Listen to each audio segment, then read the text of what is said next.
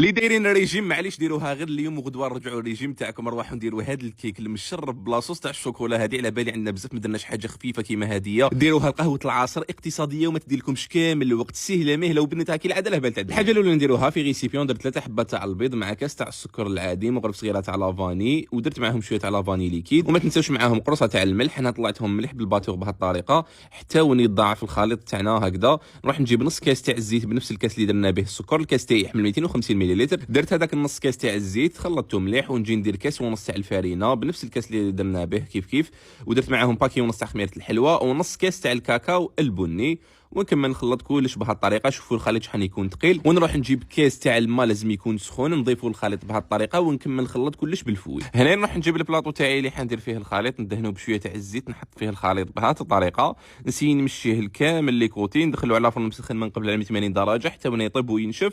خلوه يدفى شويه باش نجي نشربوه بكاس تاع قهوه سريعه الذوبان يكون ذوبتها في الماء، ولا تحبوا تشربوه بكاس تاع الحليب. هنايا نروح نخدم لاصوص تاعي اللي تجي من الفوق. في كاسرونه درت كاس ونص تاع الحليب، ندير معاهم 2 مغارف كبار تاع السكر، تقدروا تروحوا حتى 3. درت هنايا 3 مغارف كبار تاع الكاكاو ما يكونوش معمرين مليح، مغرف كبيره تاع الفارينه، نخلط كلش بالفوي، ونجي ندير نص مغرف كبيره تاع الزبده ونحطهم فوق النار مع التحريك المستمر حتى وين تعقد لي بهذه الطريقه. اذا شفتوها عقدت بزاف خففوها بشويه تاع الحليب وهي سخونه، نجي ندير لها لي بيستول اولي تاع باتيسي اللي دائما نستخدمهم اللي حيطونا بالنبزه فهيله وزيد يذوبوا تمتم. درت منهم حوالي 100 غرام، ونجيب هذيك لاصوص ونجي نديرها فوق الكيك تاعي بهذه الطريقه. وهنايا بالنسبه للديكور خديت مورسو من لاباتا كلاسي تاع باتيسي اولي اللي جيت سكرفشتها بهذه الطريقه، حطينا شكل بزاف شباب. خلوها تبرد شويه في الفريجيدير وتقدموها وبصحتكم.